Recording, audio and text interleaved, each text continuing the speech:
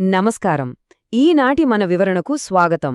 ఈరోజు మనం కాళిపాకం శ్రీ వరసిద్ధి వినాయక స్వామి ఆలయానికి సంబంధించిన కొన్ని మైండ్ బ్లోయింగ్ రహస్యాలు, అలాగే ఈ ప్రాచీన ఆలయం నేటి డిజిటల్ యుగంలో ఎలా అద్భుతంగా అప్డేట్ అయ్యిందో ఆధారాలతో సహా మాట్లాడుకుందాం.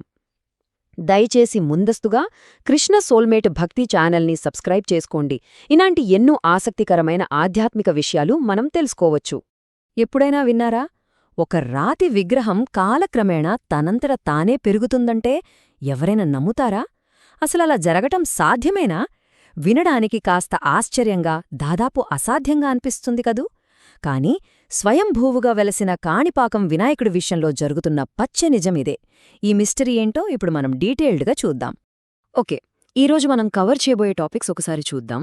ముందుగా పెరుగుతున్న స్వయంభూ విగ్రహం గురించి, ఆ తర్వాత ముగ్గురు అన్నదమ్ముల పురాణగాథ, అప్పీల్లేని సత్యప్రమాణాల దేవుడి కోర్టు, బ్రహ్మోత్సవాలు, ఇంకా చివరిగా ఈ గుడి ఒక మోడర్న్ స్పిరిచువల్ డెస్టినేషన్గా ఎలా మారిందో చూసేద్దాం. సో మనం మొదటి టాపిక్, పెరుగుతున్న స్వయంభూ విగ్రహం. అసలు ఈ ఆలయం ఎక్కడుందంటే ఆంధ్రప్రదేశ్లోని చిత్తూరు జిల్లాలో బాహుదా నది ఒడ్డున ఉందన్నమాట. ఇక్కడి విగ్రహం ఎప్పుడూ నీరు ఊరే ఒక సహజమైన బావిలో కొద్దిగా మునిగి ఉండటం దీని స్పెషాలిటీ.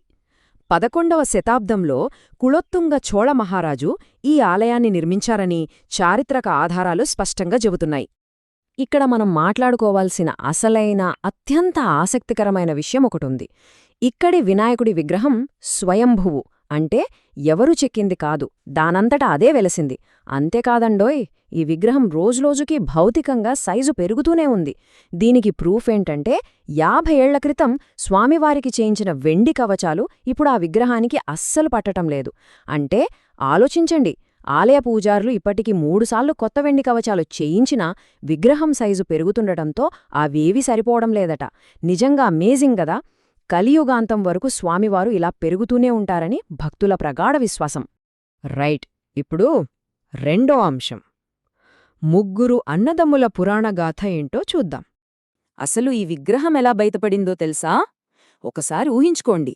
అప్పట్లో విహారపురి అని పిలువబడే ఈ గ్రామంలో భయంకరమైన కరువు వచ్చింది. వ్యవసాయం చేయడానికి నీళ్లు లేవు. అప్పుడు పుట్టుకతోనే మూగా, చెవిటి మరియు గుడ్డివారైన ముగ్గురు అన్నదమ్ములు ప్రాణాలు అరచేతిలో పెట్టుకుని ఎండిపోయిన తమ బావిని మరింత లోతుగా తవ్వడం స్టార్ట్ చేశారు.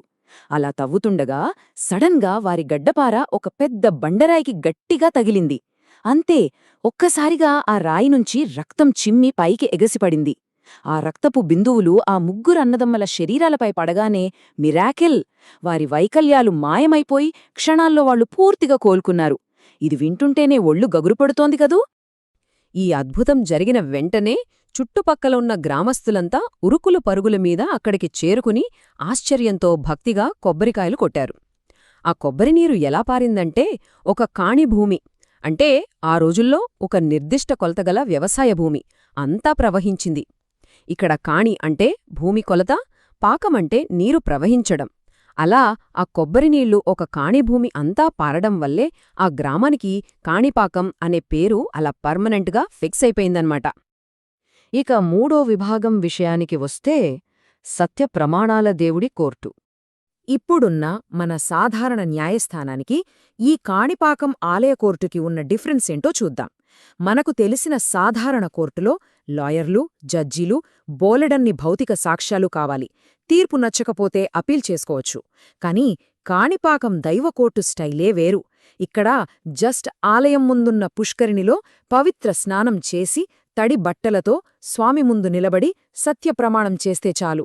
మీకు తెలుసా, బ్రిటిష్ కాలంలో కూడా ఇక్కడి ప్రమాణాలను అప్పటి కోర్టులు తిరుగులేని సాక్ష్యాలుగా యాక్సెప్ట్ చేసేవని రికార్డ్స్ చెబుతున్నాయి. ఇక్కడ ఎవరైనా అబద్ధం చెప్పి తప్పుడు ప్రమాణం చేస్తే వాళ్లకి వెంటనే ఖచ్చితంగా దైవశిక్ష పడుతుందని విపరీతమైన నమ్మకముంది.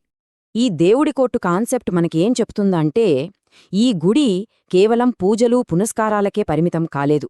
ఇది స్థానికంగా ఉన్న ఎన్నో వివాదాలను పరిష్కరించే ఒక సుప్రీంకోర్టులా పనిచేస్తోంది. అంతేకాదు, జీవితాలను నాశనం చేసే తాగుడు, జూదం లాంటి ప్రాణాంతక వ్యసనాలకు బానిసలైన వారు ఈ గుడికొచ్చి స్వామి ముందు ప్రమాణం చేసి ఆ చెడు అలవాట్లకు శాశ్వతంగా దూరమైపోతుంటారు. ఇలా ఎంతోమంది జీవితాల్లో ఈ ఆలయం ఎంతటి గొప్ప నైతిక మార్పును తీసుకొచ్చిందో కదా. ఇక 4వ అంశం కాణిపాకం బ్రహ్మోత్సవాలు మరియు రోజువారీ పూజలు.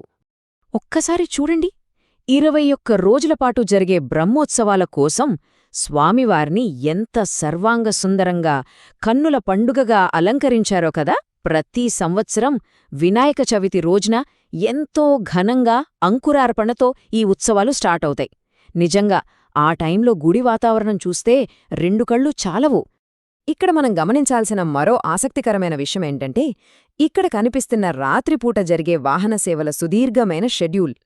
అంకురార్పణ జరిగిన తర్వాత ప్రతిరోజు రాత్రి స్వామివారు హంస, నెమలి, మూషికం, గజం ఇలా ఒక్కో రోజు ఒక్కో విభిన్నమైన జంతువాహనంపై ఊరేగుతూ భక్తులకు కనువిందు చేస్తారు.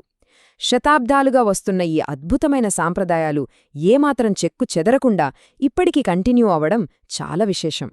ఇక మన చివరి మరియు 5వ విభాగం ఒక ఆధునిక ఆధ్యాత్మిక క్షేత్రంగా కాణిపాకం.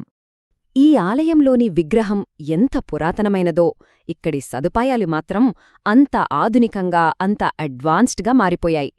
రీసెంట్గా దాతల సహాయంతో 10 కోట్ల రూపాయల ఖర్చుతో ఆలయాన్ని రికార్డ్ టైంలో చాలా వేగంగా పునర్నిర్మించారు. అలాగే ప్రపంచంలో ఎక్కడున్న భక్తులైనా ఆన్లైన్లో దేవుణ్ణి పూజించుకునేలా పరోక్ష సేవ అనే ఫెసిలిటీ తీసుకొచ్చారు.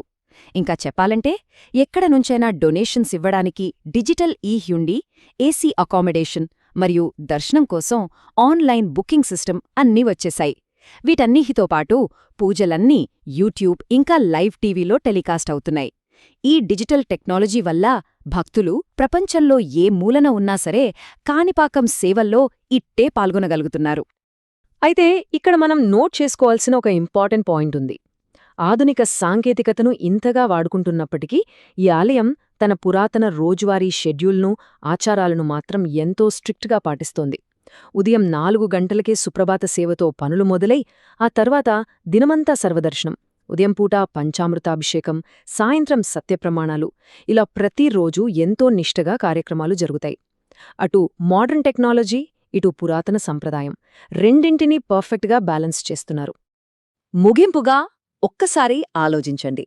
11వ శతాబ్దంలో చోళరాజులు కట్టిన ఒక ప్రాచీన ఆలయం, తవ్వకాల్లో రక్తం చిమ్మిన ఒక రాతి విగ్రహం ఈనాటి లైవ్ స్ట్రీమింగ్ పూజల ప్రపంచంలో ఎలా ఇంత సజీవంగా రోజురోజుకూ డెవలప్ అవుతూ నిలబడి ఉంది. ప్రాచీన అద్భుతాలకు, ఈనాటి ఆధునిక సాంకేతికతకు మధ్య ఉన్న ఈ వారధి మనల్ని నిజంగా ఆశ్చర్యపరుస్తుంది కదూ. ఈ ఆధారాల వివరణ ద్వారా కాణిపాకం గురించి మీకొక అద్భుతమైన క్లారిటీ వచ్చిందని ఆశిస్తున్నాం. మర్చిపోకండి, కృష్ణ సోల్మేట్ భక్తి ఛానల్ని తప్పకుండా సబ్స్క్రైబ్ చేసుకోండి. మరో ఆసక్తికరమైన అంశంతో మళ్ళీ కలుద్దాం.